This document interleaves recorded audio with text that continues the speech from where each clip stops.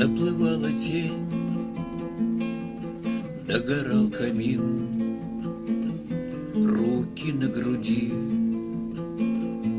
Он стоял один, неподвижный взор, устремляя вдаль, горько говоря про свою печаль.